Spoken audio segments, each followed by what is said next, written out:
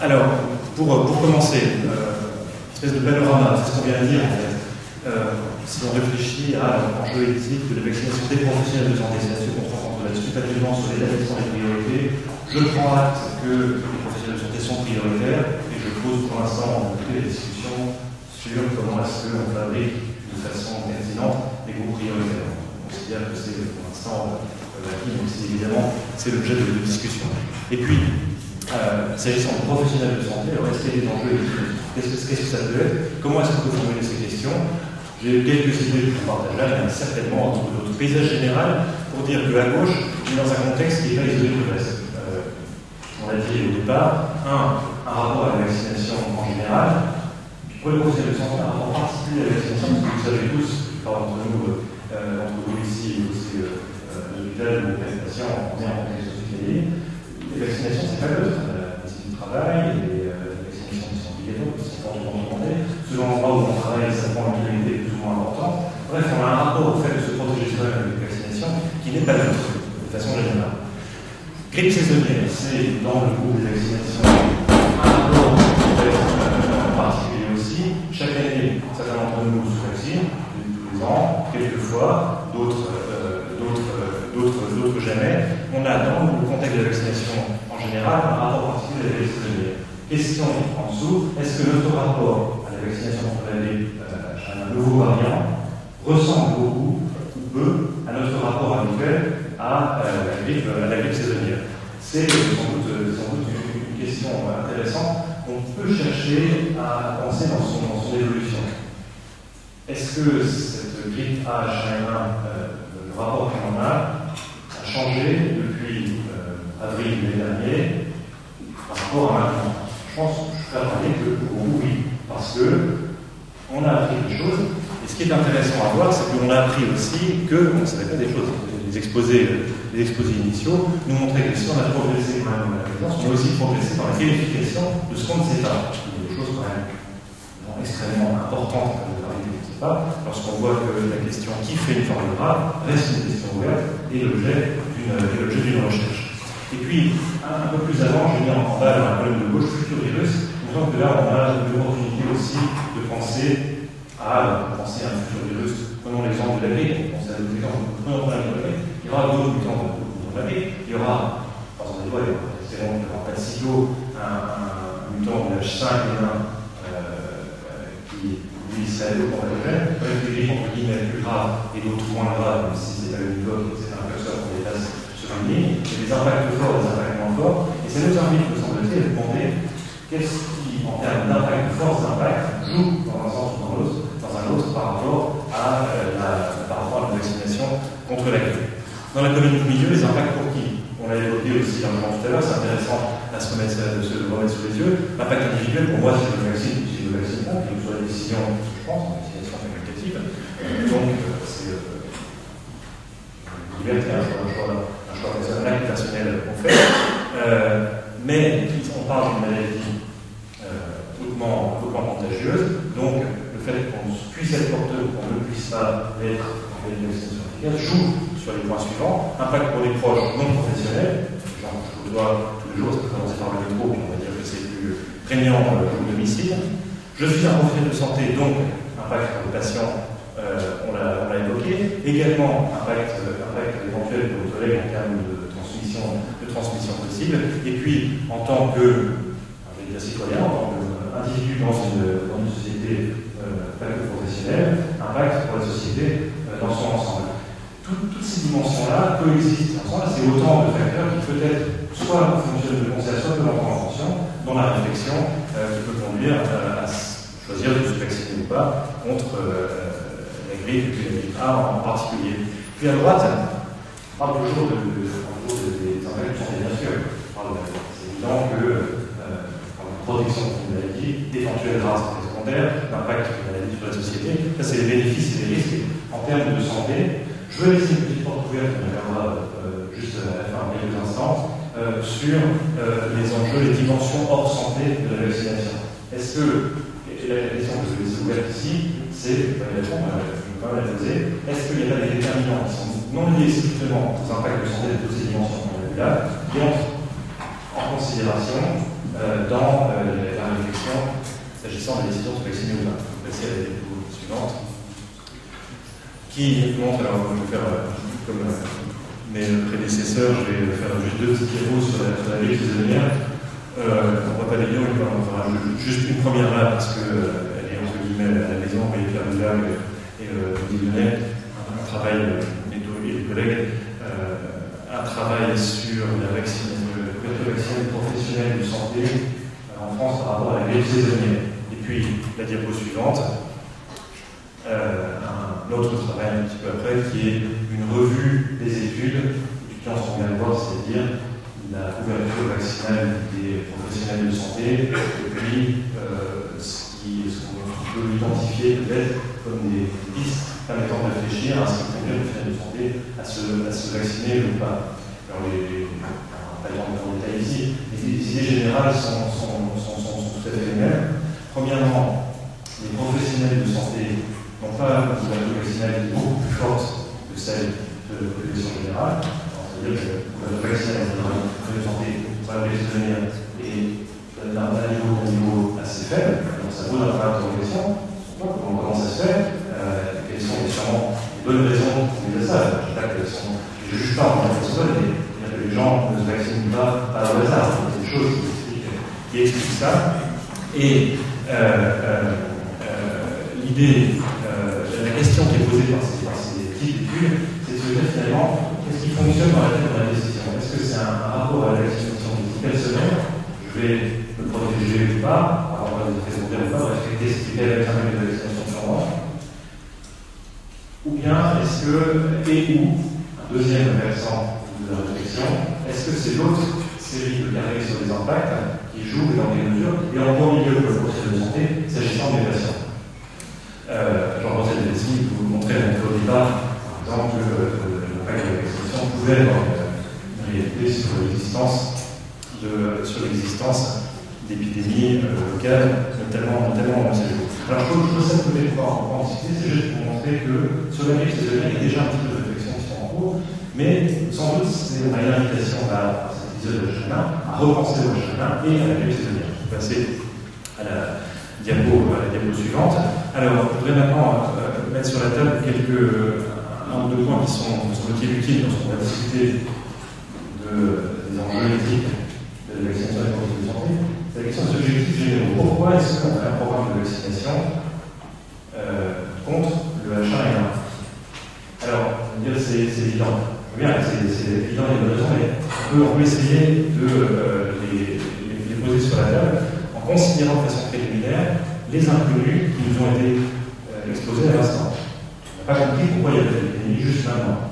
On sait bien prédire, on peut avoir des idées, et on est loin des statistiques de prédiction de ce qui va se passer par rapport à la circulation du H1N1, en termes de pic, nombre de pics, couleur de pic, et de sévérité, tout ça nous a aidé. Donc c'est dans ce contexte-là qu'on établit un programme dont les objectifs sont, et on peut passer à la diapo suivante, les objectifs peuvent être décrits sur trois axes, qui sont trois axes distincts et complémentaires. Un, protéger les populations vulnérables de l'épidémie, je vais le préciser, vulnérables de l'épidémie, plus à risque de développer une forme grave, sévère ou mortelle de la grippe. Et ces fameuses grippes graves, dont on ignore totalement, que l'on sait un petit peu caractériser, mais que l'on sait aussi que l'on a besoin de le savoir. Deuxièmement, enrayer l'épidémie de l'épidémie dans la population générale. Ça, c'est un objectif qui est différent. On ne va pas se vacciner, ça prend que celui-là, c'est tout ensemble. Que celui-là, on va vacciner plutôt les gens qui sont vecteurs de l'épidémie pour freiner la diffusion de l'épidémie. Les gens qui sont vecteurs de l'épidémie, qui font que l'épidémie est grande dans la population générale, ne sont pas nécessairement ceux qui sont à risque de faire des formes graves. Puis, troisième point, c'est un petit peu grossièrement, c'est pour montrer les dimensions différentes du programme, assurer la continuité des choses essentielles pour nous, offre de soins. C'est la raison pour laquelle les professionnels sont prioritaires dans à peu près tous les pays. Ensuite, pour les autres, deux premiers tirets, ça change un petit peu en termes de priorité. Le point que je voudrais juste mentionner ici, parce que ça nous intéresse pour la réflexion éthique, c'est que la décision individuelle est évidemment à de la réussite de ces points dépend du nombre de personnes qui adhéreront à cette idée. En imaginant que, pour des raisons évidentes, s'il y a des personnes qui, pour des raisons X ou Y, décident de ne pas se vacciner, c'est sûr que ce n'est pas compatible avec la poursuite de deux études pour les populations vulnérables. Voilà, c'est ce que vous ne voulez pas, c'est une dimension individuelle, vous voyez qu'on réfléchit sur deux plans différents. Alors, point suivant, j'essaie de mettre encore sur la table quelques idées pour la discussion qui arrive. En quoi le professionnel de santé qui est particulier au cadre de la vaccination? Je vais vite parce qu'on l'a dans la tête, mais c'est peut-être aussi important de voir. Pour première hypothèse, je suis prêt à discuter, le professionnel de santé n'est pas particulier par rapport à un autre professionnel de la population générale, et finalement, c'est un rapport de citoyen qu'on a à une vaccination. Ça, c'est une position qu'on peut tenir. Moi, j'aurais, pour discuter, je vais en proposer quelques éléments qui suggèrent que notre position peut être aussi pertinente. Alors, on a déjà évoqué, pour des raisons mécaniques, j'ai dit à l'exposition à un virus. Bon, c'est vrai que, vous allez me dire, les personnes qui savent du supermarché, par exemple, également, on peut discuter de ça. Contact accru avec les personnes malades, pas de maladie, les personnes fragilisées par d'autres maladies. Donc là, c'est effectivement une maladie, il n'y a pas la maladie le plus bon du soin, et celui qui concentre le contact avec les personnes fragilisées par ailleurs. Contact avec d'autres professionnels de santé qui eux-mêmes sont des gens. Citoyens considérés particulièrement informés et référents pour la population, ça fonctionne uniquement que, vous savez bien, en tant que hospitalier, que quand vous parlez de hospitalier, vous êtes par construction une forme de référence ou de relais particulier vis-à-vis de conseils spécialisés.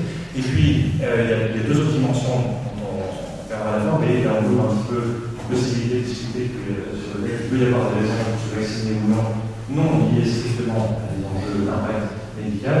C'est membre d'une institution, Sciences publiques de Paris ici, et puis membre d'une corporation professionnelle, du nom de la profession, il y a où l'ordre c'est réalisé dans le corps professionnel régional.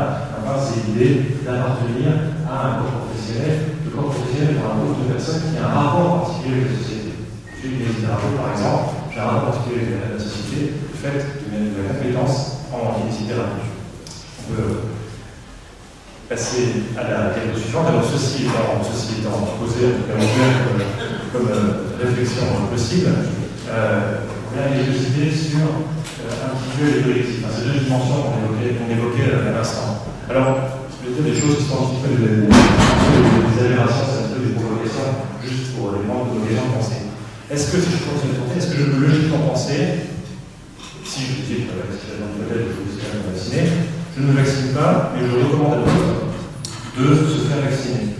Alors, ça peut paraître étrange, une personne qui dirait ça, on peut quand même le comprendre. La décision n'est pas toujours plus rationnelle. Je donne un exemple, je force le trait parce qu'on arrive, mais vous affinez vous-même. D'abord, je suis convaincu des objectifs de santé publique poursuivis par la vaccination, j'y adhère intellectuellement, et puis j'ai une peur extrême des effets secondaires. Voilà, je fabrique ça un personnage. Un tel personnage pourrait peut-être dire ceci et être un professionnel de santé. Alors, ça peut paraître étrange. Je l'ai juste voilà, on réfléchit un petit peu à la coexistence possible de dimensions individuelles et collectives qui rentrent en tension et qui joueraient de façon un petit peu surprenante. Peut-on logiquement recommander aux autres de ne pas se vacciner, mais en même temps se vacciner soi-même? Vous pouvez inverser les aides facteurs et puis voir comment le raisonnement fonctionne. Peut-on réellement ne rien recommander lorsque vous pensez à développer un sang? À mon sens, c'est difficile. On veut une sein de plaisance visible parce qu'on raconte de manière dont on parle de la vaccination, on a un effet sur les collègues et dans la société, et on contribue finalement à fabriquer une image, à véhiculer une image de ce qu'est la vaccination. Alors le dernier point en rouge, je l'ai mentionné au début, quel que soit le choix individuel qu'on prend, l'impact est au niveau individuel et au niveau collectif du fait de ce que représente un programme de santé publique. L'avant-dernier point ici, c'est un point qui est une problématique dans le sens où le condamné est mieux invité à penser ce que c'est.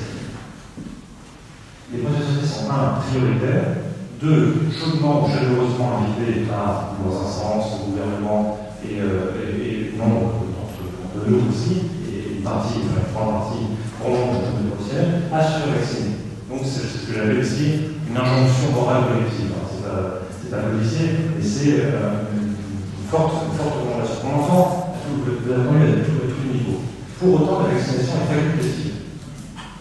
Alors, qu'est-ce que ça veut dire qu'une injonction morale forte sans que la vaccination soit facultative? Alors, il y a sûrement d'excellentes raisons pour que ce soit à la fois l'objet d'une injonction morale et en même temps pas l'objet d'une vaccination contraignante ou qui entraîne des sanctions, qui entraîne des choses péjoratives, voire qui soit franchement obligatoire. On peut voir ça, si on ouvre un petit peu ce chapitre-là, on peut voir au moins deux options possibles pour réponse.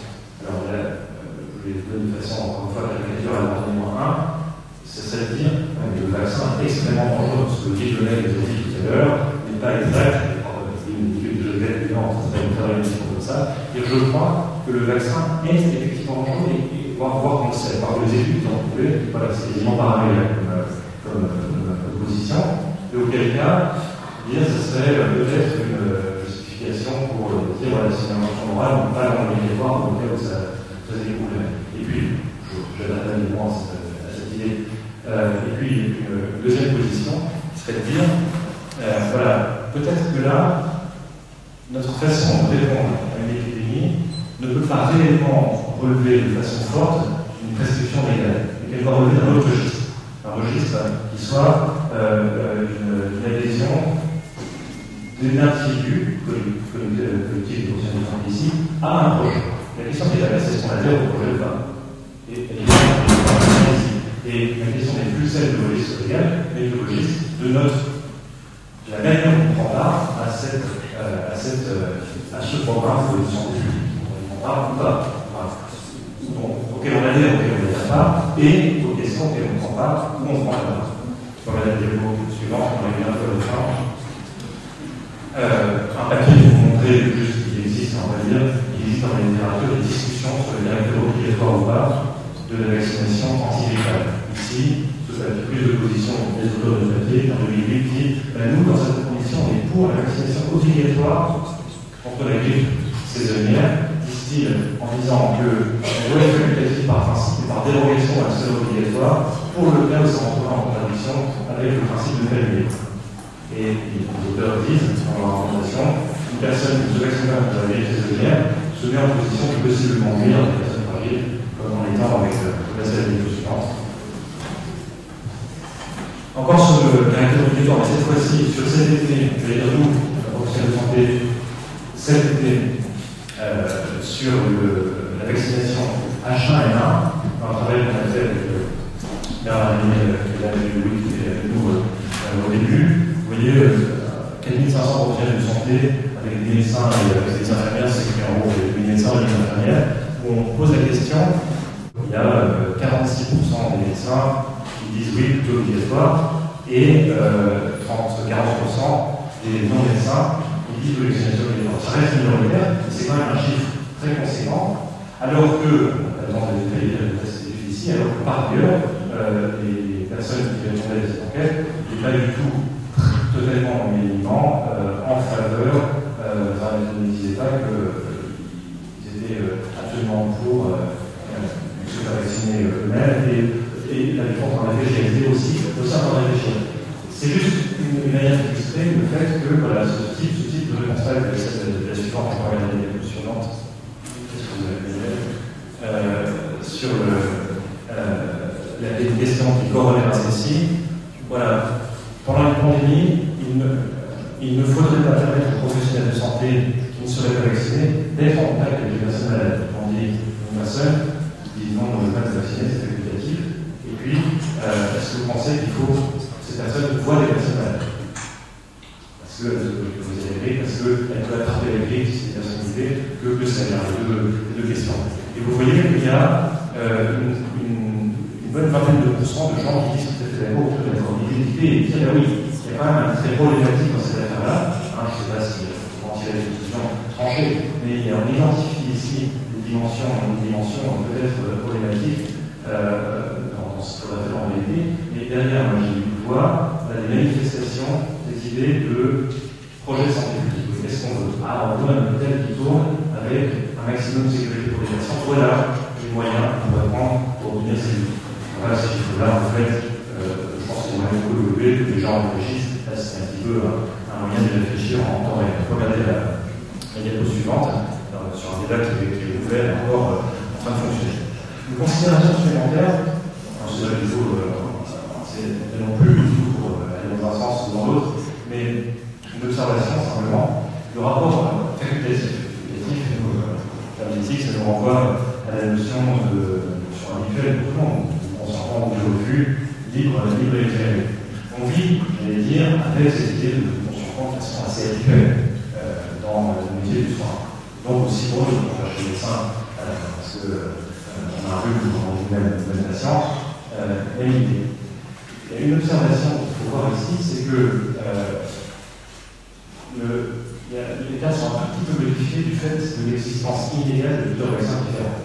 Odile le montrait tout à l'heure, il y a des vaccins fragmentés, pas fragmentés, adjuvantés, pas adjuvantés, avec des lots que certains, bon, tous ont des reculs suffisamment pour être avec une raison sur le marché, mais les reculs sont illégaux au regard de différentes catégories d'âge.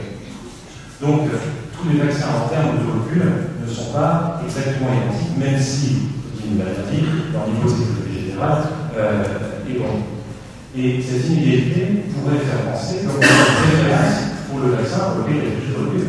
À l'intérieur, on va dire avoir une préférence spontanée pour une vaccination avec un virus qui ressemble le plus totalement possible à celui des prisonnières, qui a un recul immense. C'est-à-dire un vaccin fragmenté, adjuvanté, même la même formule. Or, ce vaccin-là, mécaniquement pas disponible en fait de quantité pour l'occasion de la pandémie. Autrement dit, mon choix, ça n'est pas je vais pouvoir librement choisir entre les différents vaccins qui existent, alors qui ne sont pas exactement identiques les uns aux autres, mais entre le vaccin qu'on propose à ce moment-là ou pas le vaccin.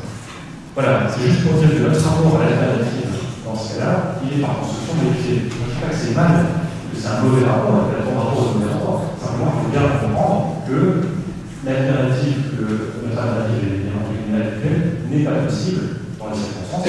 La vérité reste toujours là, le dialogue psychologique, ça reste facultatif, mais que dans ces circonstances-là, peut-être ça peut nous aider à peut-être c'est un élément en considération pour réfléchir. Alors, on a montré ce que j'ai dit tout à l'heure, c'est le Conseil de santé publique. Vous voyez, alors je montre des parties un tout petit peu différentes. Odile a insisté très fortement, je vais le faire aussi, sur la dernière phrase. La recommandation doit être adaptée dans le temps, j'y viens dans un instant. Et puis, la considération générale de cet extrait, vous avez ces textes-là dans votre lycée documentaire à l'entrée, vous pouvez le dire tranquillement par la suite, c'est que la détermination des priorités dans la population générale comporte des dimensions scientifiques et techniques, mais aussi des dimensions de type éthique, sociétale, et doivent être réalisables. Le caractère, ça c'est les priorités, c'était les priorités. Je pense qu'on peut prendre cette considération-là et essayer de la réfléchir pour notre occasion ici, l'enjeu éthique de l'extension du système de santé, qui doit prendre en compte, bien sûr, les lieux des connaissances, mais aussi une situation personnelle par rapport aux différents composants qu'on a montré la première diapo suivante, juste un petit peu après, dans ce même document. Et ça va avec le caractère réalisable. Vous voyez qu'il y a un chapitre extrêmement clair sur la balance bénéfices-risques, puisqu'on entend beaucoup de discussions, quelquefois irrationnelles, quelquefois rationnelles, quelquefois violentes, etc., sur les effets secondaires, les adjuvants, le manque de recul, etc. Tous sont en ça ici. Si on examine l'affaire, on peut se dire voilà, le point important qu'il y a des balances bénéfices-risques, on va faire des choses, on va proposer un programme, on va faire des choses individuelles, lorsque la balance bénéfices-risques, évidemment, comporte du côté du bénéfice, et ce très largement.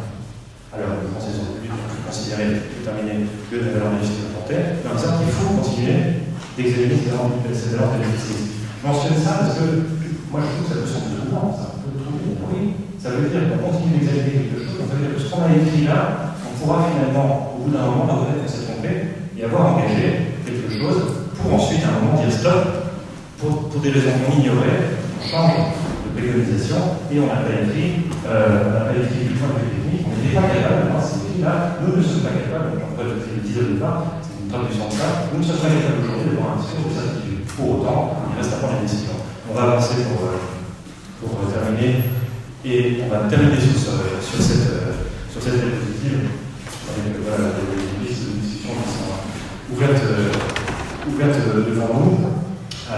Le point qu'on vient d'évoquer, c'est celui-là. Comment comprendre sans paralysie le caractère réalisable des recommandations et des décisions?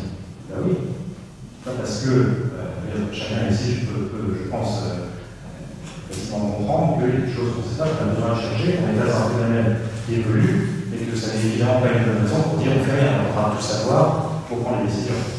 Ça ne peut pas évidemment fonctionner comme ça. Et donc, on est à la fois avec un élément d'incertitude par rapport au vaccin, maintenant le devoir de prendre une décision en fonction de bénéfices qui vont faire l'objet d'un examen permanent. Qu'est-ce que c'est l'examen permanent? C'est des instances qui vont faire, et puis peut-être qu'on pourra discuter de ce qui est seul.